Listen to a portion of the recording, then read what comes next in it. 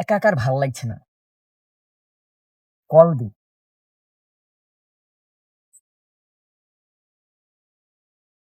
Hello জান, কেমন আছো? ও, কি করছো? একা একার ভাল লাগছে না। এই তোমার এসএসসি পরীক্ষার জন্য স্কুল কলেজ সব ছুটি। সত্যি একা একার ভালো লাগছে না। আমাদের কি আর দেখা সাক্ষাৎ হবে না?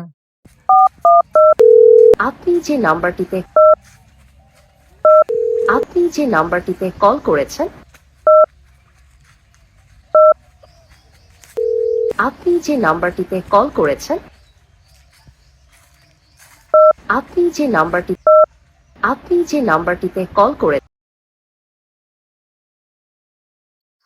হাবু বাবা এখন কি গেছে? 10 মিনিট ধরে কল দিচ্ছি, কল ঢুকছেও না, ব্যস্ত বিলছে। এখন ধরে আবার কার সাথে কথা বলছে?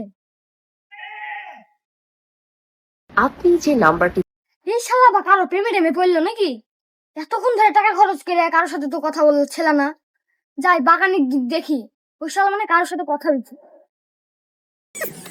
ভালো লাগে। কি হবে বাসরাতে সেদিন আজকে বুকিং এ পাই। এই শালাই, তোকে যে তখন ধরে আমি ফোন দিচ্ছি, তো তুই ফোন দিচ্ছিস না কেন তাই বল। তোকে ফোন দিতে দিতে আমি হয়রান হয়ে গেছি। তুই তো টাকা খরচ করে কারোর সাথে কথা বলা ছিল না, তুই আবার কারোর সাথে প্রেম করছিস নাকি তাই বল। এই জিল্লু, সাইলেন্স। তোর ভাবির সাথে কথা বলছি। আমার টার্গেট তো ঠিকই।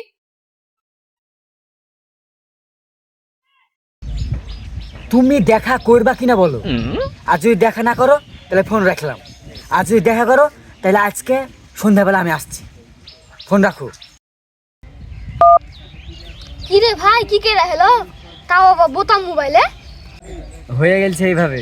আর বলিস না ভাই, আমার মনে খুব দুঃখ। ছোটবেলায় নজর লেগে যাবে বলে মা এখানে একটা কালো টিপ দিয়ে দিয়েছিল। ওই টিপে যে এত অ্যাকশন, এখন মনে তো কোনো মেয়েরই নজর লাগলো না।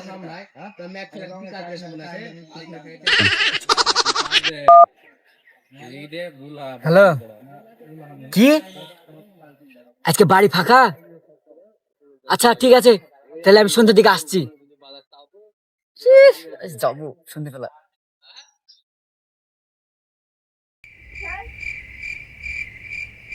ভাই তুই 2 মিনিট দাঁড়া, আমি গার্লফ্রেন্ডের সাথে দেখা করবো আর চলে আসবো।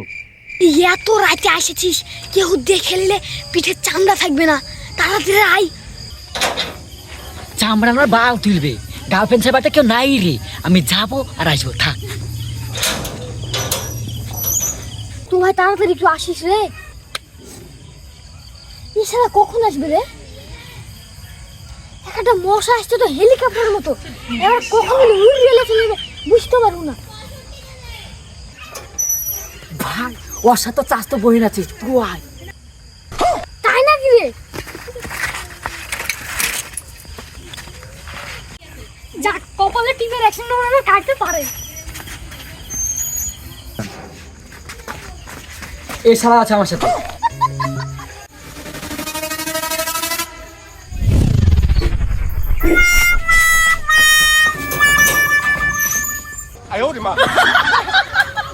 মার মারে বুঝতে দে।